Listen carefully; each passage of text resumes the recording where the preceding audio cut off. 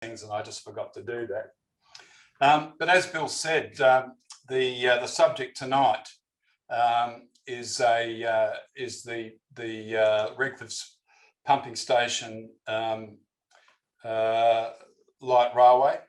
Now this was something pretty special for me because Redcliffe's is right up in the northwest part of Victoria, near Mildura, and it was in that territory that, as a child and even a young adult, that's where I spent just about every Christmas. We'd go up there for a couple of weeks a year. So, but it was well into well into my teens, to be honest, before I even realised that that this railway existed. Which was unfortunate because if I'd known earlier, I could have got about and seen a lot more than I managed to do in the end. But I did resolve to write this one day and to find out more about it. And just a little side story at a personal level. I think I was about 17 when I discovered it, and so I was sitting in Nana's kitchen. And I wrote a letter to a guy named Eric Larson, who was I didn't know who I was writing to, but the boss of the pumping station, and said to him, have you got anything that might help me with this? I'm really interested in finding more. Well, in the space of about, it might have been a month later, this fairly large brown paper package arrived with string and everything, and inside it was about half a dozen, more than that, 7 or 8 blueprint plans of the light railway, plus quite a long letter containing a lot of detail about the light railway. Well, for a young crazy or train crazy or light railway crazy bloke of that age, you can forget about Christmases, because look, the greatest present I ever got was that. I was absolutely over the moon. So it was really something. But it's taken me a long time to get around to digging deeper, and I'm so glad I did, because it's quite an interesting line. Tonight, what we'll do is to certainly talk about the usual sort of technical stuff about a light railway. It went from A to B. These things ran on it, and it opened then and closed later on. But in many respects, this tramway, and by the way, I'll use the term tramway and light railway to mean the same thing. So this thing was always a light railway, though. It was never called a tramway up there, and there's all sorts of legal things about that. But I know I'm going to fail tonight if I try and not call it a tramway. So if I morph from one to the other, don't worry about it. It's just the way my head works, or doesn't work. So I'll probably use both terms. But the thing that interests me in the end, what I found was that the fascinating aspect of this is how it changed over the years, and the factors that led to those changes. So those aspects will come out tonight as well. So I hope that you will find them of interest.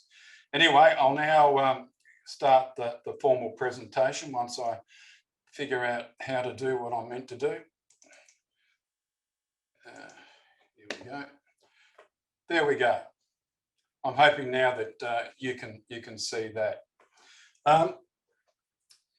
The Redcliffe's pump. Well, I mentioned that Redcliffe's is right up in the top northwest corner of Victoria. It's quite a dry and arid area, but the soil is actually pretty good once you give it water. And that was realised quite early in the piece, and that led to, back in the 1880s, the Chaffee brothers, who were Canadians, who came across to Australia, and they introduced their irrigation technology. And and that was a very successful operation for quite a long time. And that was followed in 1909 by a government-sponsored irrigation scheme to the west of Mildura at Merbeen. And it was around the same time that attention turned to the south of Redcliffe's, to an area known as Carwalk. And but it wasn't irrigation at that time. It was more about distributing water for domestic use and stock use. But it wasn't successful. They had a pump on the Murray River, which was derogatorily called the tea kettle, and the whole thing was referred to as a botch. So it wasn't a good thing as a start. The government determined to fix it, but what got in the way was the First World War. Between 1914 and 1918, nothing happened in this territory in terms of that project. But after the war, it certainly did. And the nature of it was, though, that was completely separate, because like many places around Australia, schemes were started to provide employment, means of earning an income for returned soldiers. So there was a soldier settlement established at Red Cliffs. And this settlement was, here we go, well, Red Cliffs didn't exist at that point. Red Cliffs came about because of all this. But it was a big scheme. And they had to raise water into channels to irrigate this area, and it was all going to be for fruit growing, basically, and mostly vines. But to get the water up to a level where it could flow into channels, it meant a lift of 105 feet, and that meant that a huge pumping station had to be put in place. And at that point, in fact, for many years afterwards, it was the largest pumping station in the Southern Hemisphere, and stood right up with the biggest facilities in the world. So it was quite something. Now, but there's another aspect of this, which was to have an impact on what was to become the Red Cliffs Pumping Station Light Railway. You'll notice the colours on this map. The colours denote the different levels throughout the region. The red is the lowest, which is where the water was initially pumped to. Then you've got the green and the blue and the yellow. And there were relift pumps put in place to carry the water up to those levels. Now, these relift pumps were much smaller than the main pumping station, but they were, what made them interesting for the future was that they were electrically powered. And that electricity came from a steam generating section of the main pumping station. Now, these pumps weren't big, there wasn't a lot of electricity, but in terms of what was to happen as time went by, the fact that that electricity was being generated was to have a major impact on the region, but also on what happened when the light railway came into existence. Now, these pumps were initially fired by firewood, and a lot of firewood. It was about, I think it was 30,000 tonnes a year of firewood had to be found to fire this pumping station. And that was a problem. Not initially, though, because the fuel came from this region, which was about 15,000 acres, although earlier on only about 8,000 of it had been cleared. And so as the country became cleared, the wood that was removed from the countryside became fuel for the pumping station. And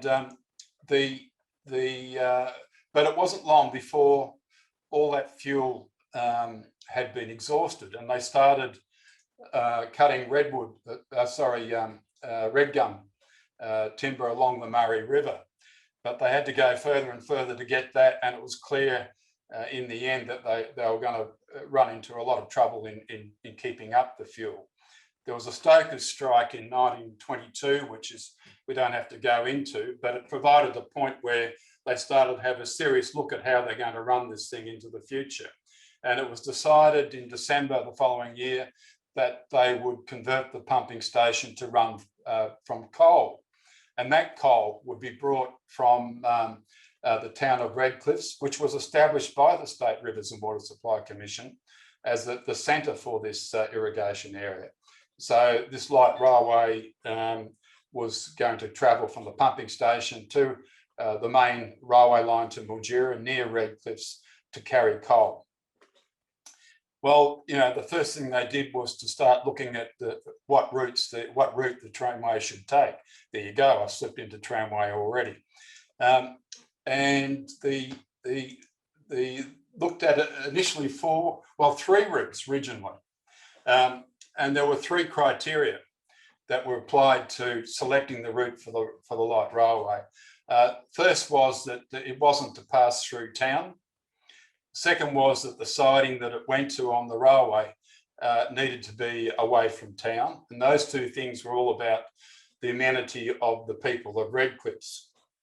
They didn't want the black coal dust blowing over Mum's sheets on the washing lines when she was doing it. But of course, Mum's sheets were already getting a good coating of the red dust that was so prevalent of that area at that time. But anyway, that was the reason. And the third criteria was a minimum radius of 3 chains. Now, all those things put together gave rise to the 3 dotted lines you see on the screen. They were the 3 original routes. The problem with those routes was that they all had to pass through land that was already owned, and that meant land acquisition, and that meant a lot of money. So they decided that wasn't good. So they looked at the shortest possible route, and that came up with route number 4. The problem with that route, of course, was it didn't meet the minimum radius of 3 chains. So they solved the problem by removing the requirement for a minimum radius of 3 chains. And as far as I can tell, they didn't establish any other minimum. It was just say, well, we're going to make it work. So this alignment followed the road out to the pumping station, and or where it didn't, it travelled on State Rivers land, and that meant there was no land acquisition required along the alignment. And in fact, that, just to digress slightly, that's where you get, in a technical sense in those days, the distinction between a tramway and a light railway in Victoria. Tramways were pretty well defined under a specific act, and if it wasn't something that came under that act, then it was a light railway. Well, this didn't need any license whatsoever because it travelled on public road. You just need the local council to say, yep, that's okay, or it travelled on the State River's own land. So in that sort of legal sense, it wasn't a tramway, it was a light railway. But that's the only area where it has any relevance. Mind you, as I said, locally, it was always the light railway or the railway. Well, the next question, having decided the route, I should say that the one problem with this route, of course, was that if you build a tramway along roads, you're on an alignment that is designed for road traffic, not for rail traffic. And that meant that even though there was a nice downgrade on average between Redcliffs and the pumping station, there were bumps along the way. And if you're designing this as a railway, you wouldn't have gone exactly this way at all. So it did have some challenges, or provide some challenges for it as time went by. Well, the next question they had to consider was, well, what locomotive are we going to run on it? And that led to a tender process where obviously it had to be 2-foot gauge, they said that, and it needed to be 7 tonnes maximum. Well, they went out for tenders, and they received 14 responses from around Australia, but also the UK. And in the end, they settled on a Mount Lyell Krauss, built as number 3729. It was in very good nick, sitting down in Tasmania, and it was felt to be ideal for the job. But just as I was about to jump on board the 1924 equivalent of Princess of Tasmania to have a look at it, everything came to a bit of a stop, because out of left field came the South Australian Irrigation Commission. Now, the Commission had been running a light railway in South Australia, the Cobdogler and Loveday Light Railway, but it had closed. it had 2 locomotives running on that line. One was a 4-ton Bagnall, and the other one was a 10-ton Kerr Stewart. Now, everything stopped for a little bit, while a lot of head scratching went on, but in the end, they chose to take the Kerr Stewart. It was 4 years younger than the Krause and the same price, but I also suspect there was a bit of scratching each other's backs in terms of the South Australian Irrigation Commission, which was the equivalent of the state rivers in Victoria.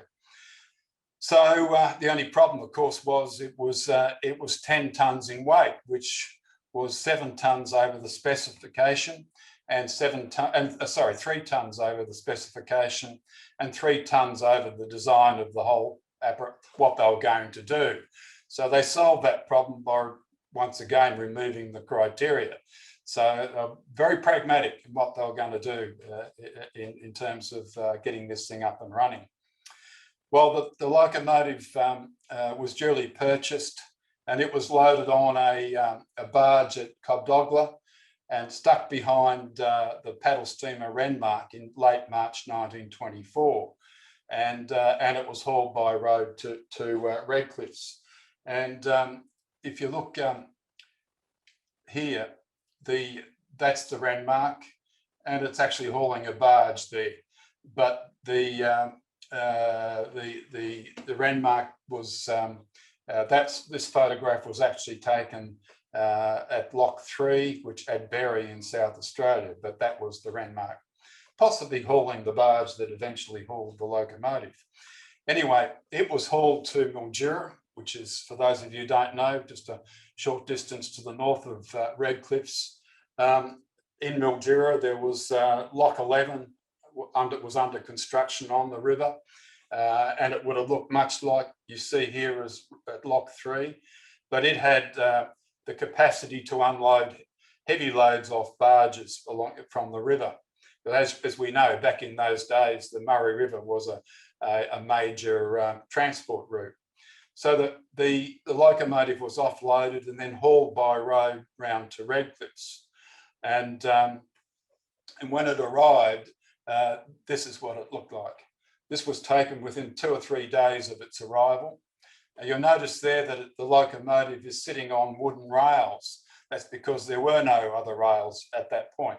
The tramway was constructed from Redcliffs out to the pumping station, and it had the tram. In fact, at the time the locomotive arrived, no rails had been laid. Now it's interesting. Just behind the locomotive, you'll notice there's a low transporter. My bet is that was what brought it from Mildura.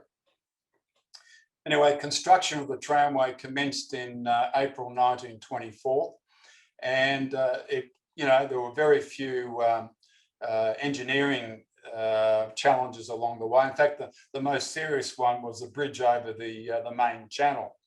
Because of grades, they built it with steel girders and with concrete piers, and that was to keep. They needed the strength, but in a low structure, hence those materials. But other than that, the earthworks were absolutely minimal. Anyway, the tramway was partially completed in late July, and on the 28th of July, the first load came in of coal came in on the tramway from Redcliffs, but it was hauled by horses because the tramway hadn't actually reached the pumping station by then. But within a week or so, it had, and from that point onwards, the locomotive was put into use. Now we'll have a look at what the tramway actually was at this time when it first opened. If we start at the siding, the Victorian Railway siding was opened in July 1924. The red lines you see here are obviously the 2-foot gauge tramway heading out to Redcliffs, and it was quite an elaborate arrangement they had.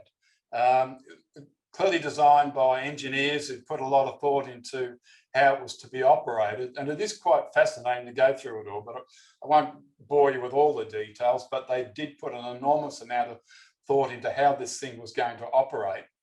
And the with the aim of making it as efficient as possible, with as little labour involved as possible. Ultimately, in one sense, they were to fail, basically because the technology really wasn't up to doing what they wanted to do at that point. But you could see the ideals that they were trying to achieve. But the tramway was, if we start at the bottom of the picture here, you'll note that these sidings are the arrival and departure sidings. So you've got an empties line on the left, and you've got a fulls line over here on the right.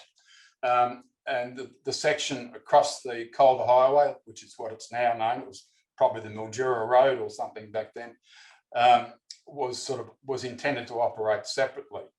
In fact, the locomotive did do all the shunting, or most of the shunting here in these early times. But the intention was to, or perhaps first I should say, that there were two means of unloading the coal from the railway trucks. One is depicted here, and that was using a Harman grab crane, which would use its bucket to pick up the coal from the trucks, and then either initially dump it straight into the tippers, of which there were 65, by the way, at the start. There was constructed by GF Sewell, and but then once the tippers were full, the coal would be dumped into the hoppers, and then later on, tippers would come across and be pushed underneath this. Clearly, a locomotive couldn't get under there, and there were chutes which would be used to load the skips. The other means was by hand. There were some little fittings they had there which would facilitate that. But that gave rise to this line here in the middle, which passed underneath the hopper and the siding alongside the tracks here. So empty trucks would be full, pushed down here, and then shunted around out here and assembled into a rake. And then once all that was done, the locomotive would pass to the front, pick it all up and head off to the pumping station. Now, I have to say at the outset, particularly early on, this wasn't a 365-day-a-year operation. The pumping season at Redcliffs runs from, and it still runs from, September through to March each year. That's the irrigation period over the summer. And during that time, there'll be 5 to 6 pumpings, each averaging 3 weeks at a time. The tramway was designed to operate, again, this is about efficiency, pick up coal from Redcliffs, take it out to the pumping station and dump it straight onto what's in effect a conveyor to take it to the bins at the end of the boilers. And so that meant that the concentration of coal delivery was during the pumping sessions. So they'd have, that's when most traffic took place. There was traffic other times to build up stocks of coal at the pumping station, but it was mostly concentrated during those pumping periods. Now, at this point in time, the tramway was carrying 6,500 tonnes of coal per year. Well, we'll now go out to the pumping station and look at what's happening here. Coming from the left, you got the tramway coming from Redcliffs. There was an engine shed constructed later in the year here, originally single line shed. Full trucks would come through here, along here, onto the trestles. Then I'll speak about the trestles in a tick. And then a single truck at a time that would be pushed forward, emptied, and then placed on the empties line over here. Up on the top right-hand corner is the arrangement there. All the track work at Redcliffs at the pumping station was raised above the ground. And that's pretty obvious why. If the track was laid directly on the ground, then you wouldn't dump a lot of coal. It was raised so that they could handle the quantity. One thing I'll say right now is it's interesting in this picture, 2 things actually. This is during the construction period. The extent of the reserve coal storage at first was to be just these two lines, but with a reserve coal bin attached to each, but I'll come back to that. So what you see here is literally the initial construction, but also in the back, you can see just lines and lines and lines of firewood. So this is straight after the firewood was being phased out. Mind you, they kept a year's supply of firewood there for quite some time after. Now, there were two other little tramway systems within the pumping station. One was this little network here, and that was about coal retrieval. It was all hand worked, hand shoveled, hand worked, and brought around to the tipping point here. And the other one was the ash disposal line, which came out this side. This photograph shows again, it's during construction, just it's taken from the coal elevator, looking back over the fulls line on the right and the empties line on the left. And you can see that the construction is still starting up here. And in fact, there's no track there. This big structure coming up here is the rising main. That's where the water was raised up to where the channel commenced. And this was, again, quite early in the piece during construction. This next photo shows the tipping point, and the location on the diagram is just here, down in there. And what you have is the end of the tramway just there. There's only room for one truck. They'd be pushed up one at a time. They'd be tipped against this board, down into the crusher in here, and then down into an elevator to be taken up onto a conveyor, then into the bins at the end of the boilers. Now, this structure here, it was horse work for road wagons, and I don't really know what that was for, but I suspect that they were using the power station before the tramway was actually completed, and that was how they were using it. But clearly they weren't using lump coal. They would have been using slack coal, because that whatever went down that chute wasn't being crushed. This next view looks across to the north from the elevator, and it would have been taken 2-3 years later, and it shows a couple of things. First off, you'll notice the coal retrieval tramways. That would have been a heck of a job, pushing those things around and shoveling the coal into them to bring it to the dumping point. But it shows the reserve coal bin here, where the tram came out, coal was dumped. There were chutes here along both sides, which could be opened and then used to fill skips. Now, there was meant to be two of these things, and that's what this siding over here was all about. But they never built the second one. And I think the problem was, if you look at the size of those lumps, I don't think they're going to flow down through those chutes too well. So I think they gave away that idea pretty early on, and instead went for this arrangement out here. Now, what you see there are the coal stacks, obviously, but there's trestle work all the way out there. It's just that it's all buried beneath the coal. Now, the coal on the left up here, that's all Wonthaggi coal, and the coal over here is Newcastle coal. The two were used early on quite a bit, but they'll come into our chat a little bit later on. This is just it's the only photo I have which shows the Kerr Stewart in the pumping station yard, but it just shows a line of trucks that have been pushed along. These have been emptied. These are about to be emptied, and there's a gentleman down in there, it's not very clear, who does the emptying. Now, the important, perhaps the significant thing, or two things that are interesting in this image. One was the engine sheds arrived up here, but also that's as far as the locomotive ever got in terms of the pumping station. The penalty for going for a 10-ton locomotive as opposed to a 7-ton locomotive was that the locomotive couldn't run on the trestle work, which created a lot of operational issues for them. It meant that they had to adopt some practices to try and make it all work using gravity, which we'll touch on later. but also it became quite a manual exercise in moving trucks around.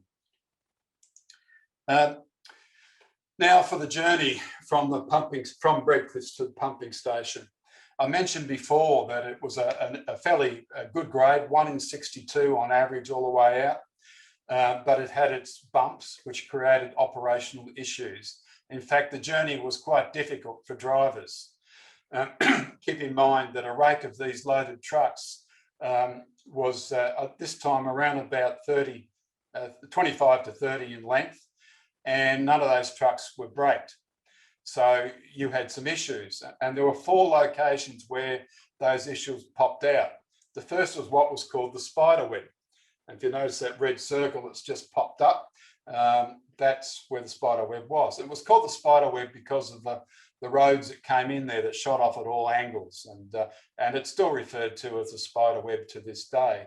The challenge for a loaded train here, of course, was the reverse curve. You're pulling a load of trucks out from Redcliffe around to the right, then around to the left, and they'd be snaking all around at the same time with a tendency to try and cut both corners, which wasn't a good thing. And in fact, they almost succeeded a few times, but it ended up being very messy. The second challenging spot was what was called Hellfire Corner.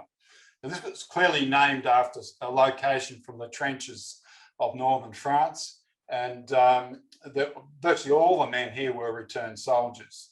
Now, Hellfire Corner was a challenge because you had to take these loaded trucks along a levels patch of track, make a near 90-degree turn to the left onto a 1 in 95 climb. And to get up that climb, you had to have pace, hence Hellfire Corner. But of course, too much pace meant you've got yourself in serious trouble. The trucks would come off and coal would go everywhere. So that was a challenge. And this is an image which I've titled up of Hellfire Corner. Now, it's interesting for a couple of reasons, this photograph. First off, this isn't a posed photo. The photographer was just there and took the image. You got the driver right here, and his guard, they always had 2 people on the train. The guard was down here, and I can't help but think he's wondering where the rest of the trucks are, because that was a big problem. They would lose loads. And I'll perhaps tell you the story that one of the guys I spoke to was Eric Larson, who was the engineer in charge. He never mentioned this, but the other 2 gentlemen I spoke to back in the 80s were drivers. And they said Eric Larson took charge of a train from Redcliffe one day, thinking he could do it. Now, this is not in the steam days, this is a bit later. And he headed off with 36 trucks, and he arrived at the pumping station with 16. And there lies the problem of inexperienced drivers, trying to control these loads around these corners. The final section of that gave, the next section that gave trouble on the line was this one here. It was at the bridge over the main channel. Again, that had a rise up to the bridge. It was a 1 in 111 rise up to the bridge, a 1 in 45 down over the bridge onto a left-hand turn, which was a 1 in 95 up. And you'd have trucks sitting on all these different bits at at the same time. So operationally, it was a real problem. The final operational spot that was an issue was up here, and it was a section leading down into the pumping station itself. Originally, it was intended to have another set of sidings at the top where trains would arrive and depart from, with the section down to the pumping station operating independently. But that was done away with, and they decided to operate it with the locomotive for the fact they only had 1 locomotive, and this is what they decided to do. So what they did was to take the trucks down the road, stop next to the, or near the engine shed, put wooden sprags in between the trucks and sleepers to hold things there. And then the locomotive would move out onto the engine shed siding, sprags would be removed, and then the trucks would all coast down across the trestle work. That's how they worked it. And they could judge where to stop the train depending on the loadings they had. Now, this photograph, which is quite a well-known photograph that I've also messed around with, is actually at that spot, and that process is about to take place. You'll notice here the wooden sprag. There's another one. In fact, there's two more down here and two more around here. This is the locomotive, the engine shed siding, and the loco would move forward and then reverse back out there. So that's how that was done. Now, within the yard itself, originally it was all hand-pushed trucks, but in 1927 we had the first of the events that caused significant change. And this was a result of an expansion of the irrigation area, and they had to obviously pump more water. That meant more coal, and that meant more trips. So they had to get more efficient, and they moved a small Malcolm Moore petrol fueled locomotive, Fords and petrol, from the Lock 11 works at Mildura. There were two of these things there, and one of them came to Redcliffs to help with the shunting on the trestles. And loadings by this time had risen to 7,200 tonnes of coal per year. What came with the Malcolm Moore was an extra 20 skips, and that gave them the ability to run three rakes, one at each end and one in transit. So that's what happened. So this was used in the pumping station yard to reduce the amount of hand movement, so it could run up on the trestle work, as you can see there. The next issue that affected what was going on at the pumping station was a coal crisis in the 1920s. Long story, which I won't go into, but there was a lot of industrial action at Newcastle in New South Wales that made reliable coal supplies from there just not possible.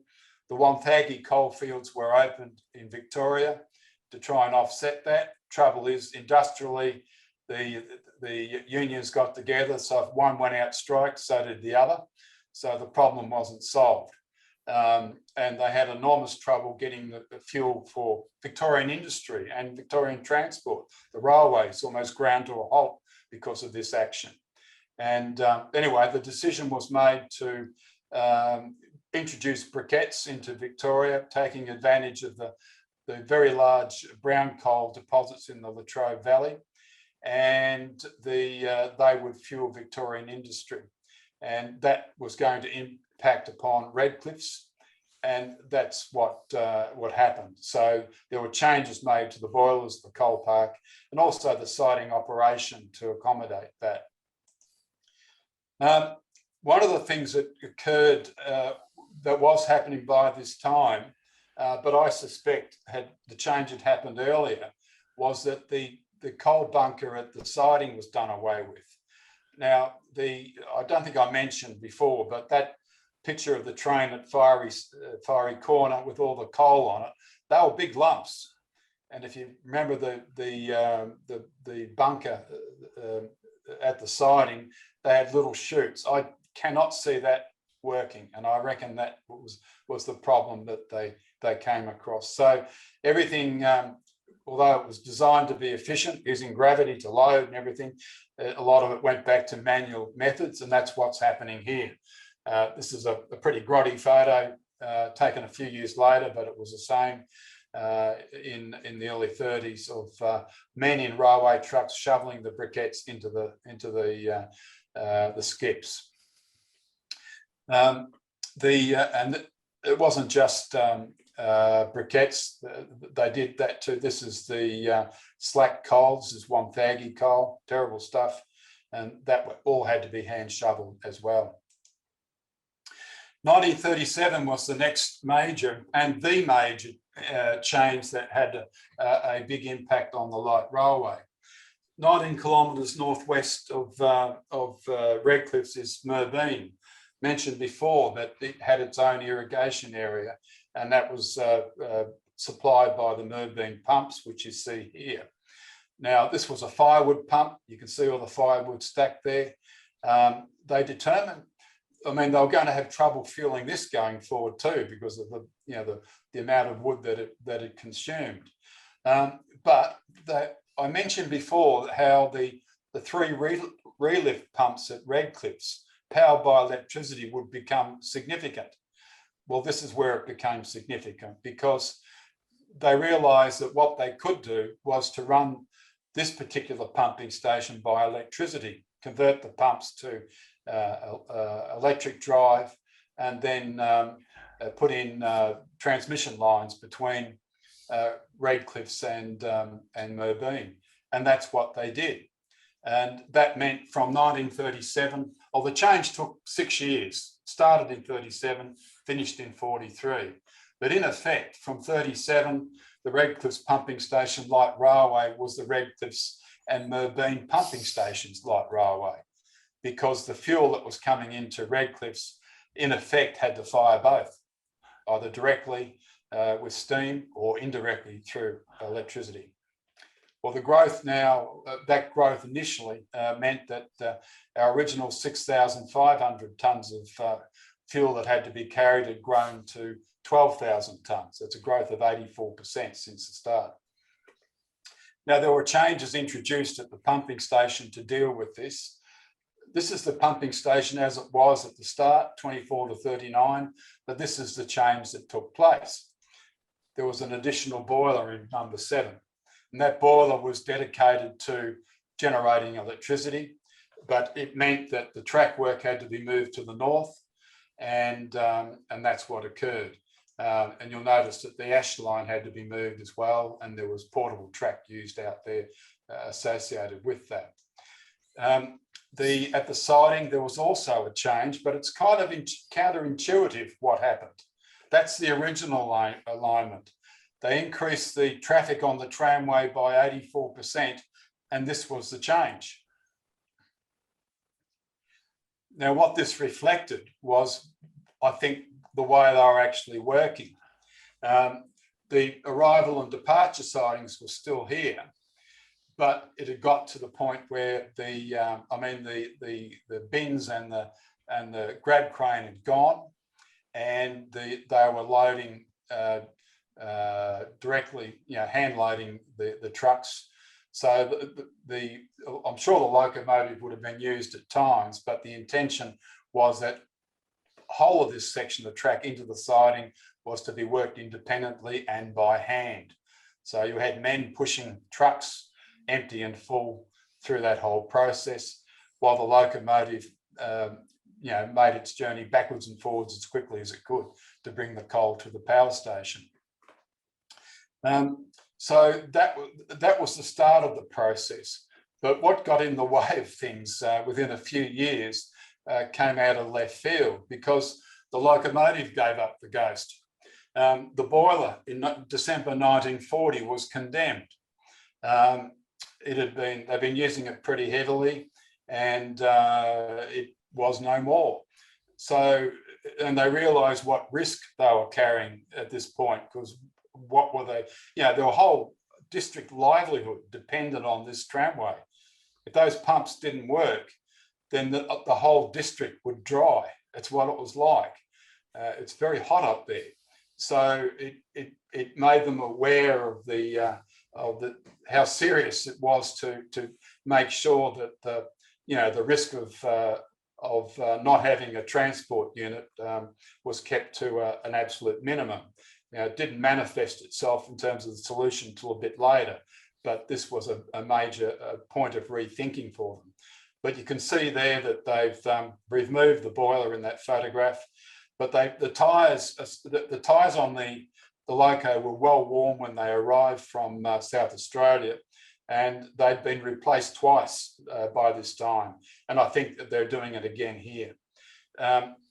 Anyway, the solution came from a boiler that the State Rivers had at Hume Reservoir, and which is, I don't know, probably about 600 kilometres or something to the, probably more than that actually, to the east of, southeast of Redcliffs, for those who don't know. Major dam built there, and this boiler was provided for, it was a locomotive boiler, provided for the reservoir back in 1927, and it was constructed by Johnson and Sons. Now, by 1940, it had about 6 years of work. On what, I don't know, and it possibly was never used on a locomotive. But anyway, it came to Redcliffs, and the workshop staff at Redcliffs did the fitting of they did everything to the locomotive because they had the skills. It was a steam pumping station, you know, it had lots of boilers and lots of work attached to that, so they knew what they were doing. Well, while that work was happening, they were able to use the reserve stocks at the pumping station, but also deliver loads from Redcliffs using the Malcolm Moor, but limited to 20 trucks at a time. And this is what the locomotive looked like when it was rebuilt. Nowhere near as attractive as it once was. Unlagged boiler. The boiler has been fitted with the chimney and sandbox from the original boiler. It now sports a steam dome, which the earlier boiler didn't.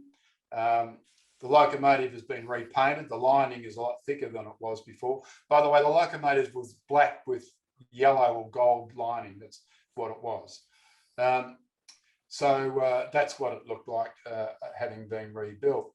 And this is just another view that Les Howard who's with us tonight, made me aware of a few days ago. It's taken around the same time. And as I say, it's not as attractive as it once was, but it's still there.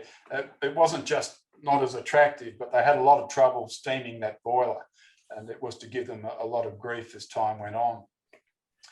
Well, the next major change that happened at the pumping station was actually the end of the conversion of Merbeen to electric drive. They had all the boilers, all the pumps at Merbeen in 1943 converted, and that meant a lot more electricity had to be generated, and this was the change at Redcliffs. You had boilers 8 and 9 brought in, so 7, 8 and 9, and some of the others too, were all devoted to the generation of electricity. And the change that happened here was very significant at this time. In fact, this change was to last right through to the end. You'll notice that the head shunt on the trestle work is much longer than it was.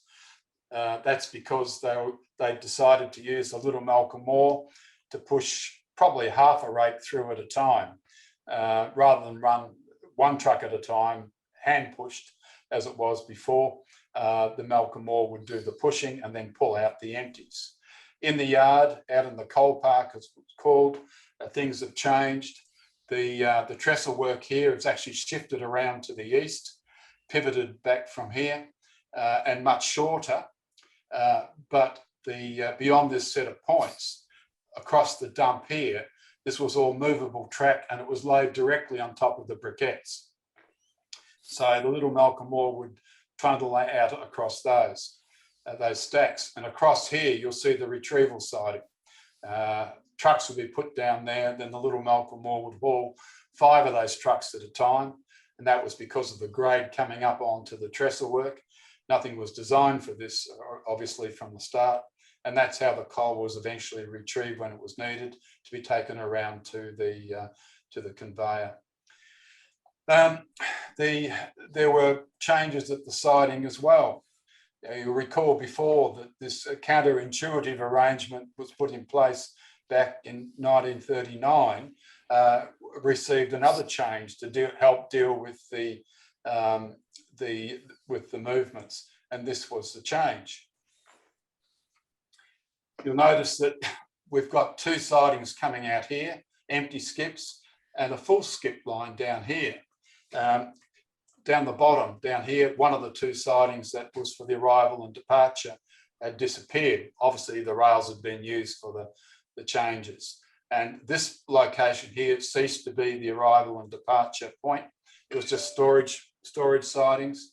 So the way of operating now was a locomotive would come in with its empty trucks from the pumping station, run out onto the arrival road, and then back the rake up against the VR line where awaiting, loading by hand, or out onto the empty storage spots out here. Loco would then go forward onto the Falls line, pick up a load of skips and head back out to the pumping station. Now the movements between locomotive arrival or departure and its arrival were done by hand. So all the unloading was done or loading of skips was done by hand. Then the loaded skips we pushed down onto the full skip line here. And that was constructed with a 1 in 25 downgrade to assist the process. So that's how that worked. And this was in action right through to the end. You'll notice here that the Y that existed in this territory here, that fell out of disuse. This line was never used, or was rarely ever used, and this section was removed in 1944. Now, by this time, loadings had got to 17,200 tonnes a year, again, up from 6,500 at the start. So you can see that the changes to the tramway were huge. And by now, it had gone from the original 2 trips per day up to 7 journeys per day. But the locomotive was giving grief. And so they were looking around for alternatives. And that led to, in 1947, the introduction of internal combustion traffic or haulage power on the tramway. And it was, in fact, this very locomotive. This was a Malcolm Moore 1000 series locomotive, initially powered by a V8 Fordson engine. It was one of batch of, I think it was 92, constructed for the Army back in 1943. Many of them, or some of them, were used overseas, supporting the troops, but the rest of them were kept in store and eventually were sold off to lots of parties throughout Australia. And the State Rivers picked up a number of them, and one of them, this one, Malcolm Moore 1015, came to Redcliffs, and it was likely State Rivers number 18C9. Well, this was meant to be the backup for the Kerr Stewart, but it turned out to be the other way around. The crews much preferred to use the Fordson. I won't go into it. You guys would all know why. It'd be easier to run than a steam engine. It didn't have the haulage power, but it wasn't much different. This could haul 30 skips. The Kerr Stewart was limited to 35. So the crews generally used this one. They weren't entirely reliable either.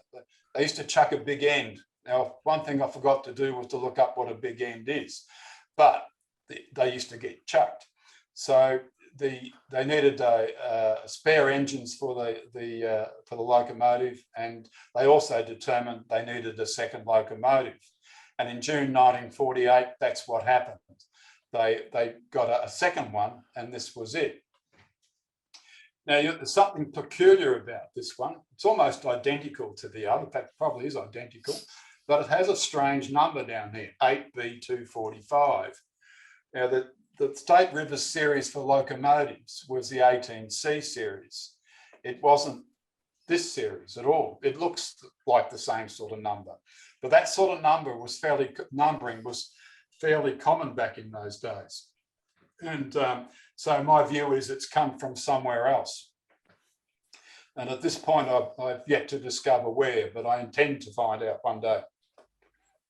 So this joined the original one.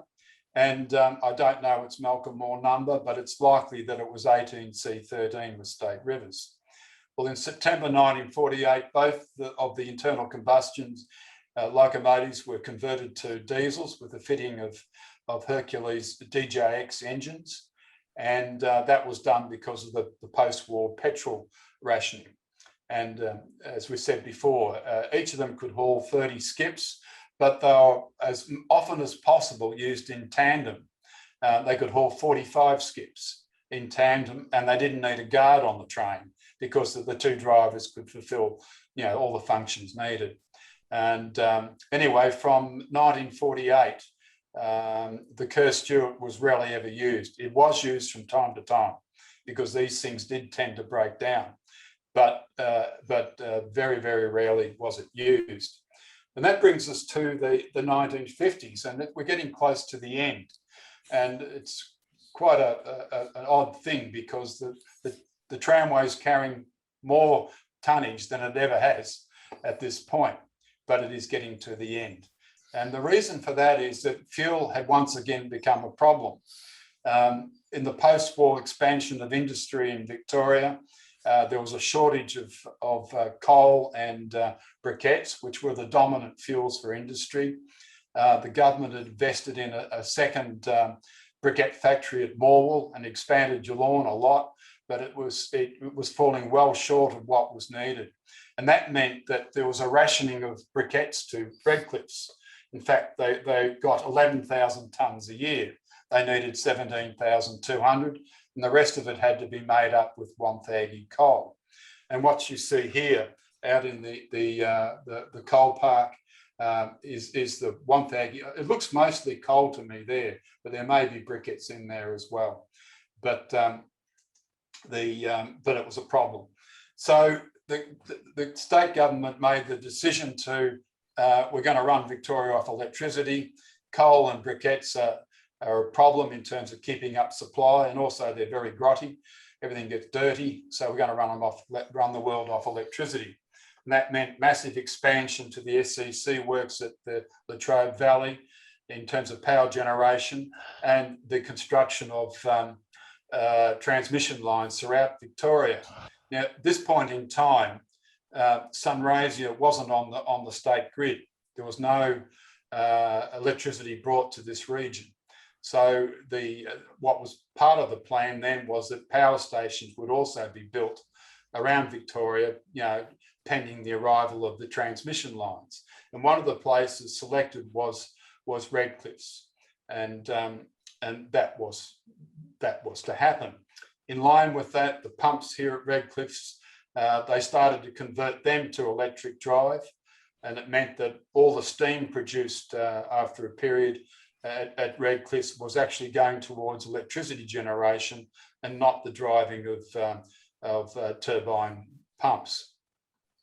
As far as the railway was concerned at this point, well, whether it's going to produce steam to drive pumps or electricity to drive pumps, you still needed briquettes and coal. So it was business as usual. But, from the big picture viewpoint, the writing was definitely on the wall. This next image is an interesting one, though, because it was taken around the same time. And what you see here are three things that I'll point out. First of all, you're looking here at slack coal. So there's no briquettes in there. That's all come from Wonthaggi.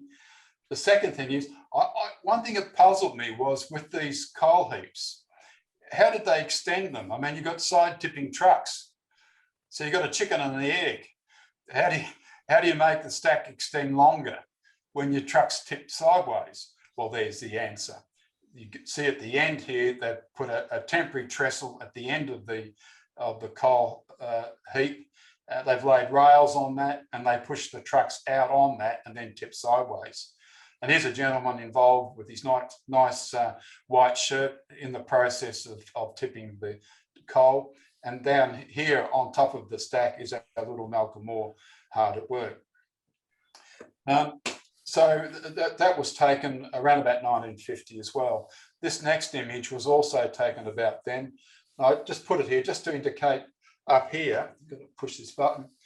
That's the ash line out through here. This is all ash. But because of the pending electricity works that were about to happen, they tried to keep the ash away from the rest of the property. And so this became quite long and also very high. And they used a winch to operate that ash tramway. Now, around this time was when our late good friend Arnold Lockyer visited Redcliffs, and he took this image in 1951, March, I think it was. The Kerr-Stewart clearly hasn't moved in a while. It's looking very dusty there. It is a very dusty area. That's one thing I remember from my youth, the red dust everywhere. And then on the right, you've got the little Malcolm Moore standing here, and then in front of it is one of the two 1000 series locomotives.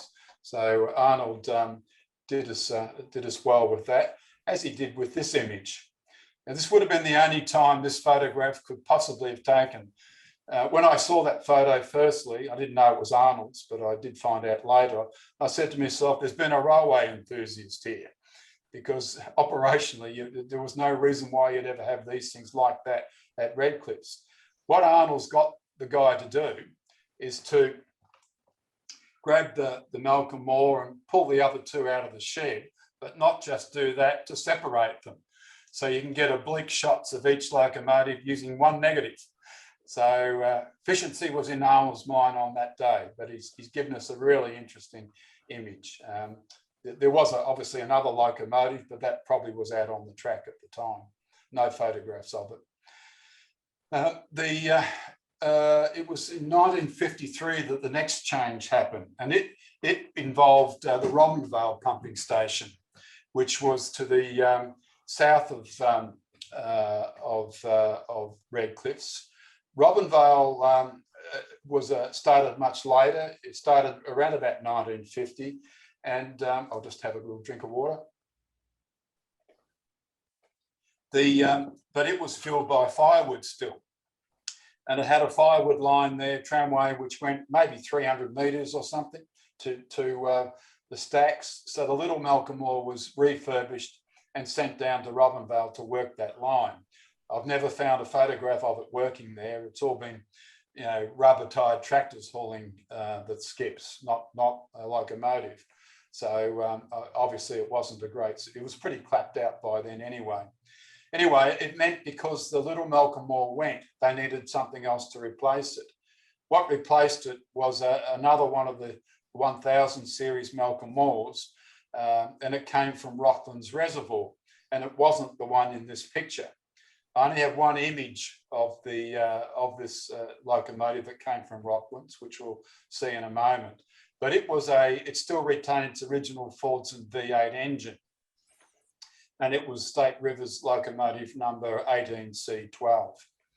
Now, this next image is quite poignant, and it was taken by Des Jowett, who's with us tonight. Thanks, Des.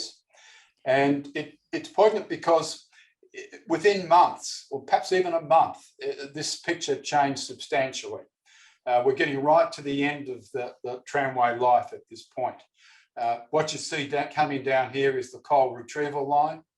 That grade coming up here was the reason why the little Malcolm Moore could only haul 5 loaded trucks. But the trestle work out here, they'd started demolishing that within a month or so. You've got the Falls line down here where the Malcolm Moore is sitting, and then you've got the empties coming out here. So quite a nice image. Back to the station area now. The one area I don't have a photograph of is of the siding area, other than the hoppers. I'm still chasing something to that end. But what you see here is an image taken in 1952. And it shows what were the arrival and departure siding. Well, this was the departure siding here, the main line, if you like, down here, and the former arrival siding was over in the weeds here, but it had long gone. So the Malcolm Moore locomotive, which is sitting down here, has hauled this rake in, and for some reason has left it there while it went into the station. What's interesting, of course, is that this disc sitting at the back truck, clearly that was about providing an ability for the guard to look back down along the rake and make certain that everything was still there, but they were used. Now this next image is right at the end of the operation. In fact, the tramway had closed at this point.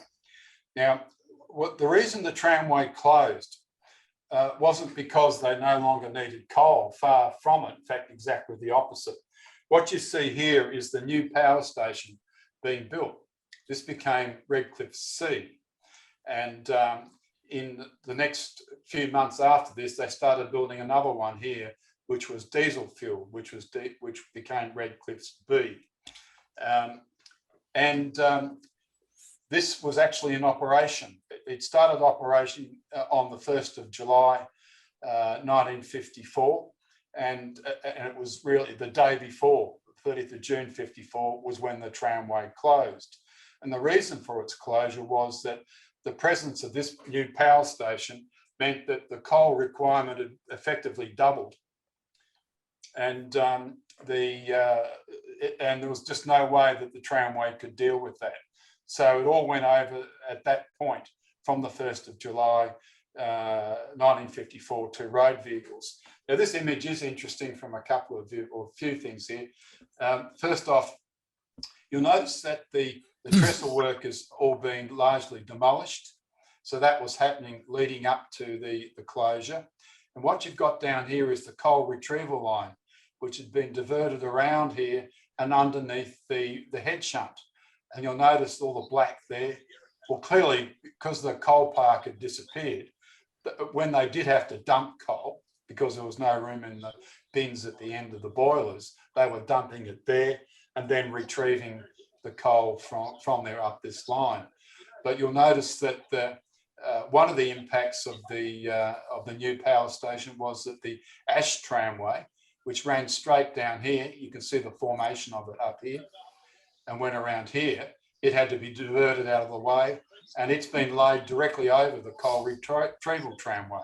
So coal retrieval had gone by this point, and the tramway into Redcliffe's had ceased, but everything was still there. And what's also visible is the ramp coming up here and the track leading in where road vehicles were dumping coal, and the same thing was happening down here for the new SEC power station. So I reckon that was taken, based on all that, around about probably July, August 1954. This next image, we jump ahead a couple of years to 1956. Now, this water here is not the Murray River, it's floodwater. This is the Murray over here, and it actually goes straight through here. Now, the 56 floods were huge. And I mean, I was only 5 at the time, but I can remember them. I was up there at the Christmas time, not long after this image would have been taken. The floods were still around. And what's interesting here is that you've got the coal power station from the SEC. You've got the fuel storage for the diesel power station, which had been built by this time, but you can't see it, it's obscured. But they knew the floods were coming. I won't go into all that, but they started building this levee bank right around here to protect the power facility from the flood waters. Again, if this facility shut, then all these farms out here would suffer enormously. They'd lose their crops. The whole district would grind to a halt. So it was critical that they protect it. So they built this levee bank, and you can see the dark stain through here. Well, that's ash. They were using the ash to help build up the levee bank. So in there is the ash tramway, but also down here is a little Malcolm Moore.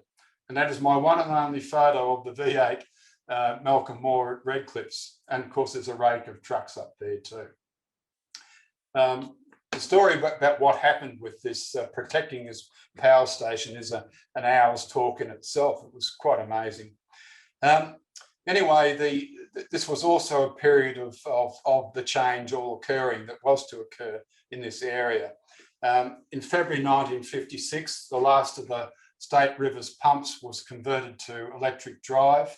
And at that point, all the boilers that State Rivers had run passed over to the SEC. They're all generating electricity, and that became the SEC Redcliffe's A power station. So there were 3 power stations there. So the former SEC plant, State Rivers plant, was not only providing power for the pumps at Redcliffe's and Merbeen, it was actually feeding into the district supply as well. Now, in 1962, November, the state grid, electricity grid, reached the Sunraysia region, which is what this area was called, up the Murray Valley.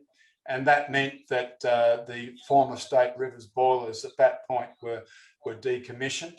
But interestingly, so was the SEC power station, the coal-fed one. It closed at that point. So it only operated for about 9 years. And in fact, the diesel-powered power station, they kept that there as a standby facility, but I don't believe it ever actually operated. They didn't need it. It was kept because there was only one transmission line available up from the Latrobe Valley. But in 1975, that changed when a second connection to the grid arrived up from Horsham. And at that point, everything you see there closed, except of course the switch yard sitting here. And that was, and in back to 1963, when the State Rivers, former State Rivers boilers shut down, that was the end of the Ash Tramway and the end of tramway operations at Redcliffs. So what happened to everything? Very briefly, although I haven't investigated this much at all, but from what I've learned, that the rails and most of the skips were purchased by the Mildura Shire Council for sewage works, I believe, and they were all taken away pretty quickly. The Kerr Stewart was donated to the local Rotary Club and was put on display, as you can see here, for quite a number of years. It was passed over to for restoration in 1983, which was completed in 1985. And then in 1995, it was moved down to the Redcliffs Historical Steam Railway, where it continues to operate to this day. The three remaining Malcolm Moore locomotives were still on site in January 1972. Two of them were sighted by me. One of them was lying on its side. Now, at this point in time, I only thought there was ever one. So it was a surprise to me to find two Malcolm Moores, but I would have been stunned to realise there was actually a third one lurking around on site somewhere, but I never saw it. I never even knew it existed at that point. I went back in 1974 and the locomotive that had been on its site had been removed. And then in 1977, the third locomotive, the Fordson V8, the locomotive I didn't cite at Redcliffs, was donated to the Puffingbilly Preservation Society, and it was combined with builders number 1013 to create an operating example of it. And this is it on the right.